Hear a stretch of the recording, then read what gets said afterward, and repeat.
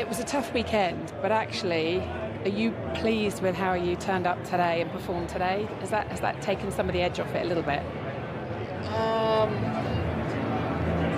There was a lot of fight out there. You were feisty on track. There was a lot of fight out there, yes. Difficult to know, I mean, I felt like the whole race I was right behind someone and just struggling with the dirty air, so that was pretty difficult, but I think for me the biggest thing is trying to learn the things I wanted to learn today. I think yesterday it kind of became obvious that after the session that there was a few things that I needed to change pretty majorly in how I was driving. And today was about firstly trying to limit the damage, but also try and learn some things about that. So, if I've made some progress with that, then I'll be happy. But yeah, obviously, when your teammate wins the race, finishing fifth, nothing that extravagant. You haven't lost any faith in your ability, though, have you? You haven't lost any confidence in your driving ability? No, I mean, I think I've just had to drive very differently the last couple of weekends, or because of the car, or I've not driven differently when I should have, and I think that's been a little bit kind of strange to get my head around, because I've been driving exactly the same as I have all year. It's just that these last couple of weekends, the car or the tyres or something has required quite a different way of driving, and I've just not really gone to that. So tried a few things with trying to change things up a bit today, and once we analyse if it's effective or not, that'll hopefully help see some progress. Is that the same for both of you? Is that where Lando's found something? Because maybe it's something that he can drive around or not, or do you want the team to have a further look at it? Or it's difficult to say. I mean, the car's obviously not changed for a while now, so it's nothing to do with the car. I think, potentially, or I think given how the pace is differentiated the last couple of races, clearly Lando's found it a bit easier to just dial into that, and I haven't. So, yeah, plenty of analysis to try and get further on top of that, but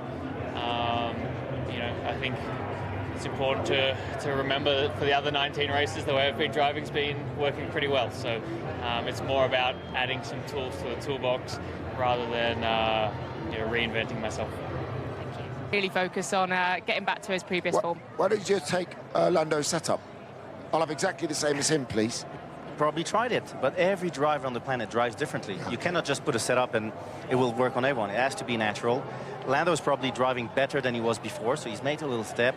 And Oscar is driving a little bit worse, and then that increases the step. And if he's a little bit stressed and drives tight, not comfortable, not smooth and soft, that will take away a little bit as well, and he will never find the balance in the car. So that's the big issue. He needs to get back into a comfortable, calm zone. Well, this is it's like the end of a romantic film. Lovely. Look at this. This is a poignant moment, but what a lovely moment too for Ollie Bearman, driver of the day. Absolutely sensational effort, an embrace from his dad, David, who's been there throughout his career. We're going to try and have a word with him. Someone give him a microphone. He's on his way over. But a creditable fourth. I think there was no other way he could have done it. We're over here, Ollie. Come through the crowd, if you could. Congratulations. Come on in and join the party, as it were.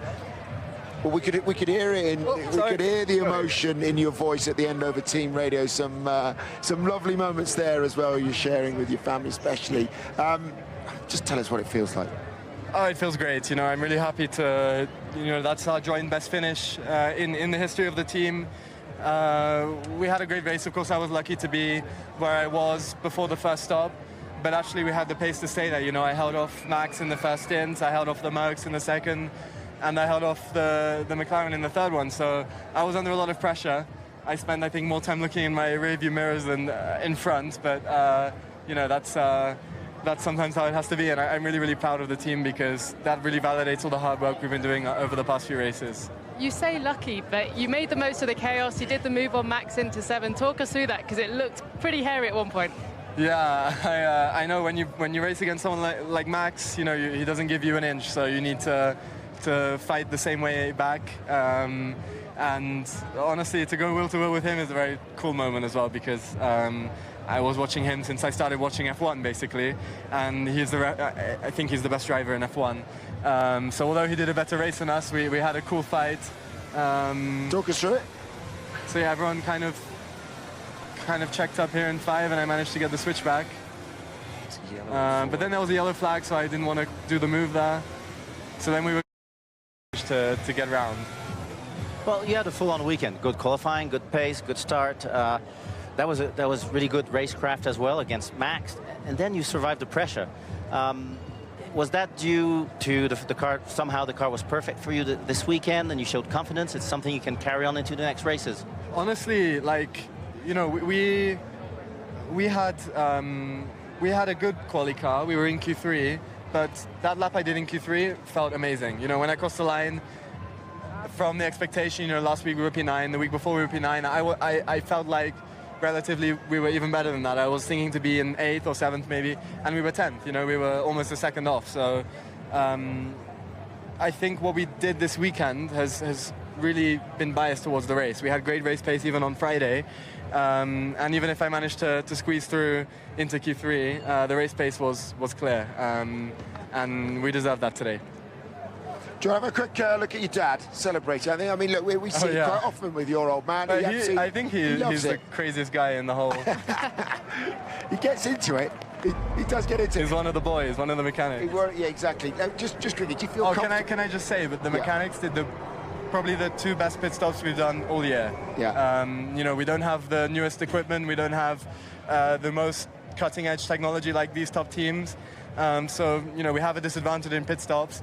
And especially that second stop, I mean, I was down before I even stopped. So they did a great job, and huge kudos to them. Final one though, do you feel at home racing against the big boys? You must quite like that. Yeah, I mean, I obviously my goal in life is to fight there week in, week out.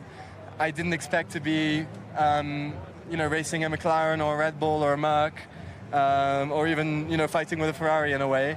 This year, I expected that in future years, but to do it already this year is a very special feeling, and I think that motivates everyone to hopefully do that again in the near future. Well done, Ollie. Go and celebrate. Thanks. I'm sure you will. With his entourage, there he is. That's just over there. Well done indeed. Yeah, a lovely moment. It's always good to see, isn't it, a young driver coming through and beginning to shine on the biggest of all stages. Well, he showed those signs last year. His racecraft has always been good. He's aggressive.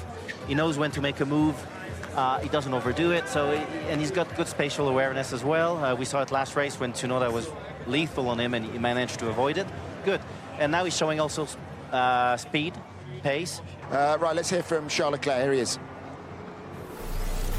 Charles, how nervy was it in the car at the end when Max was hunting you down?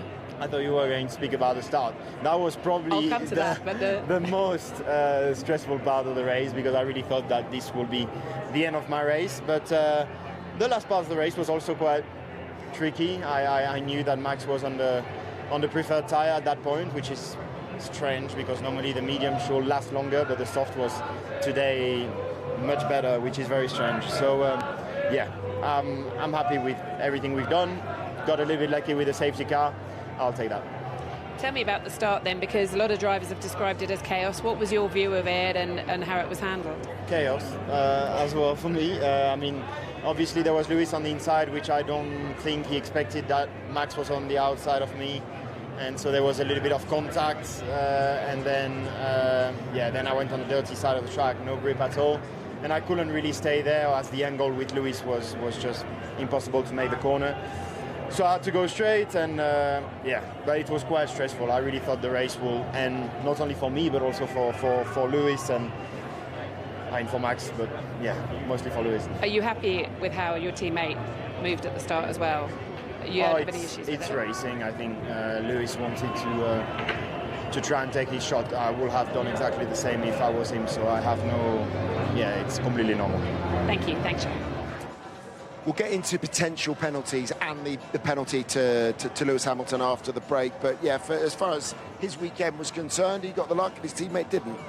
It went well. They both had pace. Lewis' pace went down a little bit in the race. I think he was just upset about the penalty in the first lap because, you know, Charles got him by cutting across the chicane. Yeah. Had it not been his teammate, there would have been some complaints from the team. But, you know... Should it have been, I mean, should it have been a penalty? Well, Lewis was ahead on the inside and Charles decided to cut across. He could have tried to stand the track and he didn't. He just went for it and thought it'll be Lewis anyway. No, not an issue. I think based on Lewis getting a penalty later, I think Lewis will feel hard done by with the Charles incident.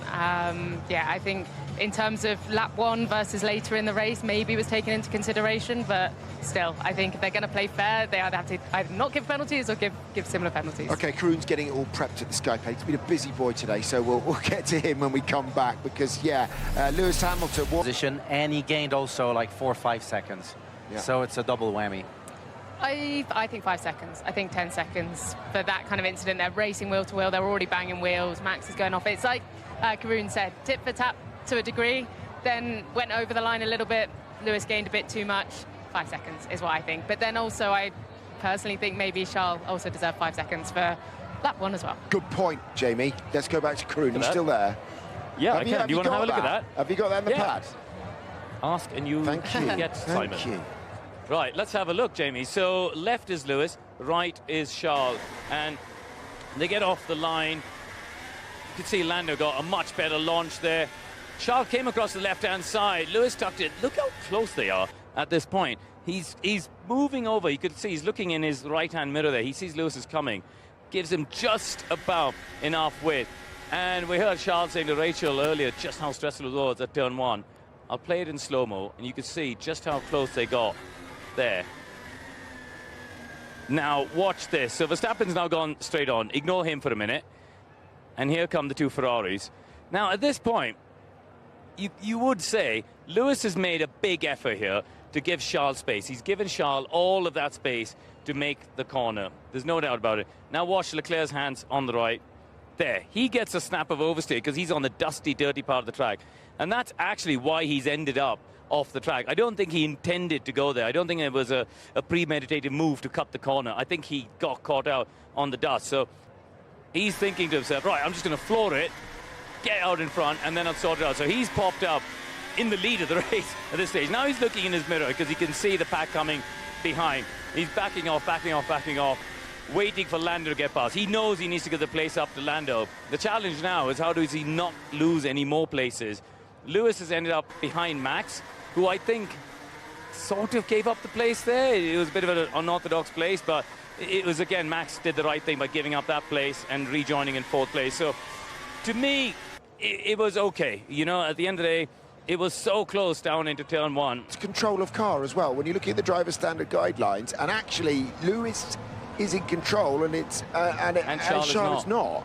So, having seen that, I think Jamie might have a point. And actually, I'll say this, Crofty up in commentary as well was pretty adamant that Charles should have been penalised. So, you know, it's the first time we've had a chance to really look at these angles and understand it. The stewards would have had this during the race. They decided not to look at it. Obviously, Ferrari wouldn't have complained. But now, having seen that, I do see your point, Jamie and Crofty. So, there you go. And Jack?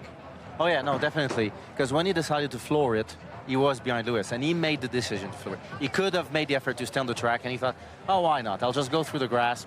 I might get lucky. Well done. Kroon, stay there. Keep going. We've not worked you hard enough this afternoon. Well done. Great stuff. Let's hear from... Shall we hear from... yes, we will. Lewis Hamilton. Here he is. Hi Lewis, that must be so frustrating after qualifying. Can we just get your take on the key moments of that race? 4 wide into turn 1, first of all, then that battle with Max and the penalty that followed. Yeah, so it was fun at the start and didn't end up the way I'd hoped, but that's motor racing. We heard you say over the radio just no grip at all when you were rejoining the track. I guess not much more you could have done in that situation.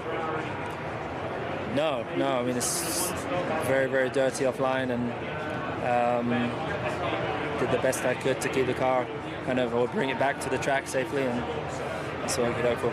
It's so tough to overtake here, of course, after that. But what can you take from the weekend as a whole? Still some positives? Yeah, got some points at least. Thank you, Lewis. Max, fantastic recovery drive today, and I know you said yesterday I'll need people to retire in front of me, but they didn't, and you still managed to get up on the podium today. Yeah, I mean, it didn't look like it after the first stint, but I thought we just were struggling a lot for pace, but I think in hindsight probably it was also the tyres just not being great, because I think as soon as we went to the soft, we just seemed a bit more competitive. Not compared to Lando, but I think second fastest more or less. It's a bit difficult to know with Mercedes because I think they were always in traffic. So, but at least we did the perfect strategy. You know, medium, try and go long, and then optimize the final stint on the soft while everyone was on the medium struggling.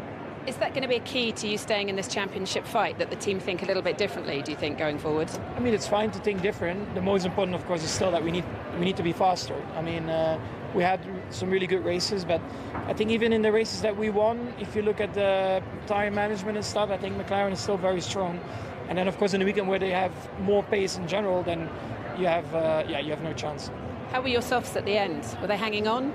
Yeah, they were getting. I mean, they were getting worn, but I think it would have been a nice battle to the end. But I mean, that's fine. I mean, it happens. You know, sometimes it works for you, sometimes it works against you. A virtual safety car or a safety car. I know Charles was very nervous in the car. He said he was quite glad to see the VSC. It's a shame for you. I was just getting very excited to battle with him because I think we always have good battles. But yeah, that's what it is. It's fine. All right, thanks, Max. Thank you. It's still a net gain, not as large as he would have liked, and not as large as if he's going to win the championship. He needs more than that net gain every week, but...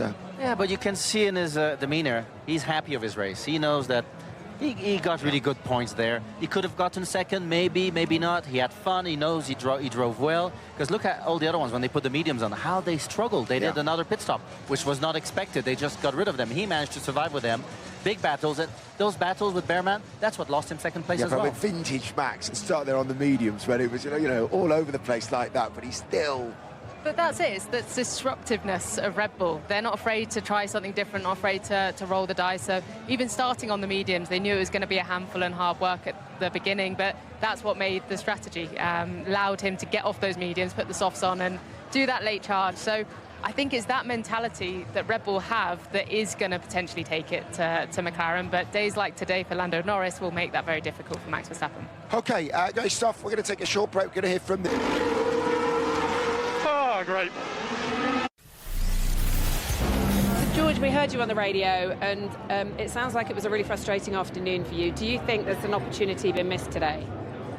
Well, I was more frustrated in a race situation. I don't understand how three drivers can cut the first corner and just continue in the position they entered. It's like allowing you to risk everything, but you just have a get out of jail free card if you get it wrong. So, and then obviously Max and Lewis, when they came together, Lewis got the penalty, rightly so, but Max was off the track, came back on, wrong place, wrong time for me, and I lost 3 positions, and obviously I was pretty frustrated, but it all stemmed from lap 1. Is there a lack of consistency then, do you think, in the stewarding decisions? Or does it need to be explained more to you guys? It's ultimately down to the circuit. You know, if there is this get out of jail free card, if that was gravel, no one would be there. You know, we've seen it almost every year we've been here. I think it was Carlos last year, Charles the year before, Lewis 10 years ago. It's like a lawnmower racing. So I don't know, something needs to change there. Just, as I said, if you can just send it down the outside, you could either make it stick, or you just cut the grass and you return in the position you were in before. That's not really how it should be. And then the decision from the team, I mean, I know you were saying, look, we can get a podium here if you can just let me pass Kimi, I've got more pace. Yeah. The team left it quite a few laps before they did do that. Was there more opportunity? Had they done it earlier? Would you have been safe from Piastri then, or what was available to you? Yeah, I mean, I had a lot of pace in those laps and would have been able to attack Ollie, who had no DRS. Obviously, I was in the DRS train behind Kimi. I think we left it 10 laps. By that point, my tyres overheated, my brakes were overheating, the engine was overheating. So by that point, there was sort of no point in doing it. It was either do it straight away or don't do it at all. So in the end, we deserved to finish where we did. A bit frustrating. Will you talk to the team about it? I mean, as I said, it all stemmed from turn 1. Like, I shouldn't really, without the Max and Lewis situation, I shouldn't have been in that position in the first place. So not a lot to say. All right, thanks very much. Kimi, there was a lot of chaos at the start of that race, and then as it panned out, changing strategies and all sorts, you seem to have handled it all and come through out the other side in the position you started in. Yeah. Are you pleased with how you performed in the end? Was that the most the car had, do you think? Well, I think, today the result definitely is a bit frustrating. I think pace was quite good. It's just, it's always the same story, dirty air. It's difficult to follow, and also for the tires it's difficult. Especially today that the asphalt was very warm and the grip was quite low. It was difficult for the tire to manage them in the best way as possible. So definitely, I think track position once again was playing a massive role. And P6 at the end, and we'll focus on to Brazil. You said yesterday there was maybe a couple of half-tenths or a little bit you could have found more yesterday in qualifying. What will you work on for Brazil to make sure you really nail qualifying and get that track position? I think, it's my quality performance has been stronger and stronger. I think just haven't been able to put things together properly. In Austin I had really strong Q1 and Q2, but then Q3 kind of all fell apart, while here I had big struggle in Q1. Q2 was a bit better, and Q3 I think was actually pretty good considering we had one set of new tire. And so I think it's trying to understand how to maximize every session, every run, because especially when the track is changing, because yesterday in Q1 I got caught by the wind and track being a bit hotter and just struggled to find my rhythm. So need to make sure that it doesn't happen again. Thank you. Thanks. So, Bradley, a very interesting day, let's say, for Mercedes. Can switch to the two-stop strategy midway through the race. Just talk us through it a little bit from your side. Yeah, I think much of the race was shaped by lap 1, and I think it was either lap 2 or 3 with George's involvement as well with the incidents with Max and Lewis. I think George felt pretty aggrieved, and when you look back at it, rightly so. We'll come back to that. I'm very sorry to Bradley Daw, but let's get into Lando race winner. Nigh on, well done. Nigh on the perfect weekend, that one. Brilliant. Yeah, thanks. It's been a very good weekend from start to finish. Already in FP2, it felt good, got in a good rhythm, and just progressed from there. Kept my head down, kept to myself. So it's working at the minute. This weekend's probably been one of my best weekends that I've had this season. So been good, a good load of points. But that's it. That's it for now. It's a reset, and then it's focus on Brazil. You were driving this whole weekend a little bit like we were seeing you last year when you were fighting Max. Is being the hunter, having to go back to the champion, knowing that Max is also in the fight, like giving you that little extra edge, little extra energy? It's hard to know exactly what. It's just I feel better with the car today. Everything's about how I feel with the car. Last year I felt very good with the car. I could perform better. This year I've struggled to get to grips with it. It's been incredibly quick, but it's clearly still difficult to drive. And but when you get in that sweet spot, you can make it work. And it's still something that over the last few weekends I've struggled with. Like even in Singapore, we had our debrief and we sat down for half an hour. And I'm like, guys, this is exactly the car I don't want. This is the reason why we can't win more races, why we're not going to win in the future, is if we keep having a car that doesn't give me what I need. This weekend I just had a little bit more what I need, and I can perform how I did this weekend. So it's simple as that. Lando, you're leading the championship again now. I wonder how much satisfaction you take from the fact when there are a few people questioning what was going on and the mistakes prior to the summer break. You've come back and you've answered those critics, and you've chipped back at this lead week in, week out in the last few races. Do you take satisfaction from that? You've never doubted yourself? Maybe at times at the beginning of the year, I certainly did. Again now, but Max is so caught over the last few months, and I still got to keep my head down. So. Yeah, exactly. Concerning that battle for the championship, you got your teammate very close in points, but he's really not in a good moment right now. And then you got Max, and you know how Max is, how relentless he is, and he's coming back. The fact that you're also fighting your teammate and you have to be a little bit cleaner with your teammate, will that help Max? Does that put you a little bit on the back foot? I don't think so. People can always say what they want and come up with their own opinions, and everyone has the right to do that. So I don't think so. I don't think it's hurt us at any point this season. People, of course, will say that it has. It has, and of course it's just a lot more questions. There's a lot more controversy that people like to create. We've still gained as a team this year because we have two guys that perform very well. It's why we won the Constructors already last weekend, and you know, Red Bull's fighting for a world championship, but they don't have a second driver that can perform and back him up. So, you know, there's a lot of things that we do very well that I think we don't get praised for. So, no, I think we're performing well as a team. I think we'll continue to do that. I think we're performing how a championship team needs to perform. Lando, just a final one. You know, I know you're a golfer, and we talk about the Ryder Cup, momentum swings in that. It's the same in all sport, right? You've got the momentum now. How important is that so late in the season? Well, you might say that, but I'm not a believer in momentum. In some ways. Like I said, one great weekend really doesn't mean anything. 2, 3, 4 in a row means something. So but you've had a few had of those. that in a row now, so I like to continue that. But I'm fighting the best guys in the world who can turn it around at any time. So there's no point thinking, oh, I'm feeling amazing and the others aren't, or whatever. I just focus on myself, focus on my own job, and that's all I can do. Now we're coming to a few races that are very chaotic. You did really good in chaos today. Yeah. When you get to Brazil, it might rain, might not rain. Do you feel that you can have the edge in the wet as well? Wait and see. You know, I've had some great performances in the rain in the past. I've had some, obviously, also some not so good ones. Time will tell. You know, it's always tricky. We know that some of the others perform very well. It's opportunities for others to capitalize on those conditions. So no point guessing and presuming anything. I go home, I rest, and I focus on next time out. Thank you, Lando. Appreciate Cheers, it. We'll let you go and so enjoy much. that, and you'll take that microphone over there. Now, apologies to Bradley Lord. Let's go back to him now. So, Bradley, a very interesting day, let's say, for Mercedes. Switch to the two-stop strategy midway through the race. Just talk us through it a little bit from your side.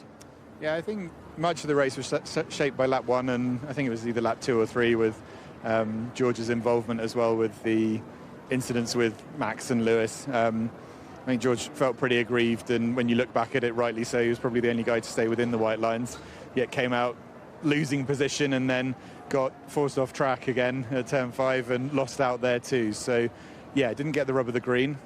From there, obviously, Kimi running ahead of George, got into the race, made our sort of convert into our planned one-stop strategy. Kimi managing the tyres, pressure from behind with George, and Piastri pressuring him. And then, you know, we had that difficult situation. Do we invert? Don't we invert? We decided to. After a few laps, George felt then the tyres were past their best and was unable to make progress against Ollie. So one of those very finely balanced judgment calls, and obviously reinverted back afterwards, but yeah, leaves a bit of a dissatisfied taste in the mouth. Yeah, it's always difficult when you're switching cars, and each driver always feels like they've not got the best out of it. But do you think there was more on the table for George if that decision had come earlier? Do you think he could have got past Oliver Berman, or was overtaking just too difficult? I think overtaking was really difficult. Obviously later in the race when they converted to the two-stop, both on same age soft tyre, George closed up on the Haas but was unable to make the pass. So maybe, but it's in the realms of ifs, buts and maybes.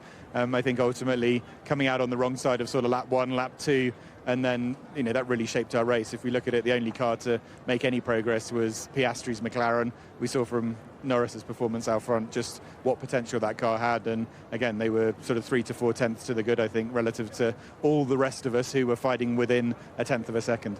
Thank you very much, Bradley. Thanks for your time. Thank you.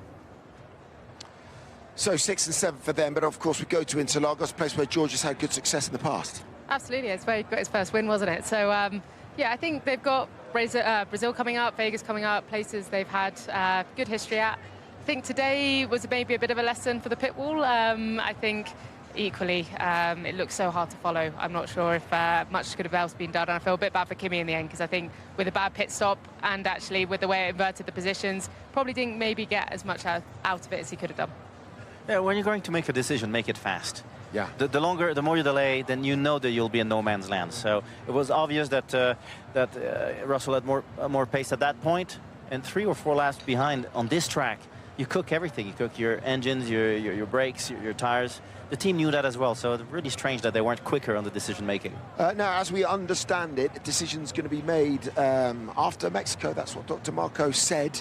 although that was contradicted, wasn't it, by Alan Permain down there, about what's going to be happening in the Racing Bull family and the Red Bull family next year. And I wonder if Yuki Tsunoda has any chance of clinging on. He finished outside of the points today, just in 11th. Let's hear from him. Yuki, talk to me about your race today. There's a couple of points there on the radio. You sounded like it was quite a frustrating afternoon. Yeah, today easy points. Probably ended up, if we ended up, smoothly, I would say P6, P7. So yeah. So why didn't you get them? What happened?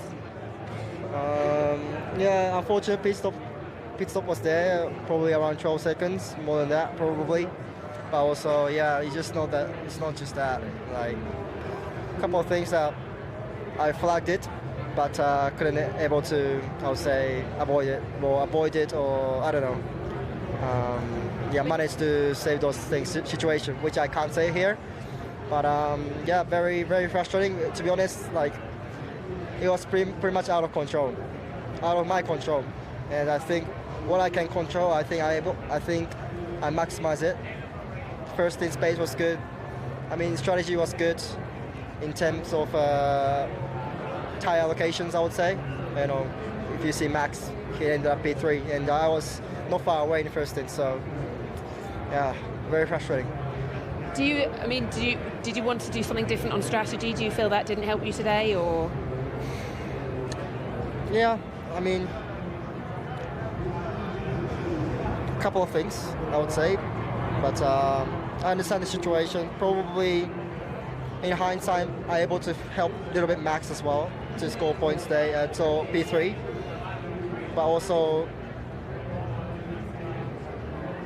I think we can also score points in both cars. It was possible. So yeah, I don't know what to say. It was literally out of my control today. So very shame. Just finally from me, if the decision is made on the Red Bull seat and the B-Carb seats for next year after this race today, do you feel you've been given all the tools you needed by the team to show what you can do? I maximize it until today. What I can control, like I said, today's race was, I think, one of the best pace I had, especially first stint. So yeah, that's positive, and let's see. All right, thanks, Yuki. Do you think he knows the writings on the wall? Didn't sound that he was in a very happy place, and kept looking for excuses, basically, that he was fantastic at what he could control, and obviously, since he's been in that car, he hasn't. Yeah, I mean, what do you think will happen? Does he? You said you think that, that's it. It's curtains. I think it must be, to be honest. And also the way he's talking there, and the sense that he's kind of alluding to there being issues in the team or with the car that he can't talk about.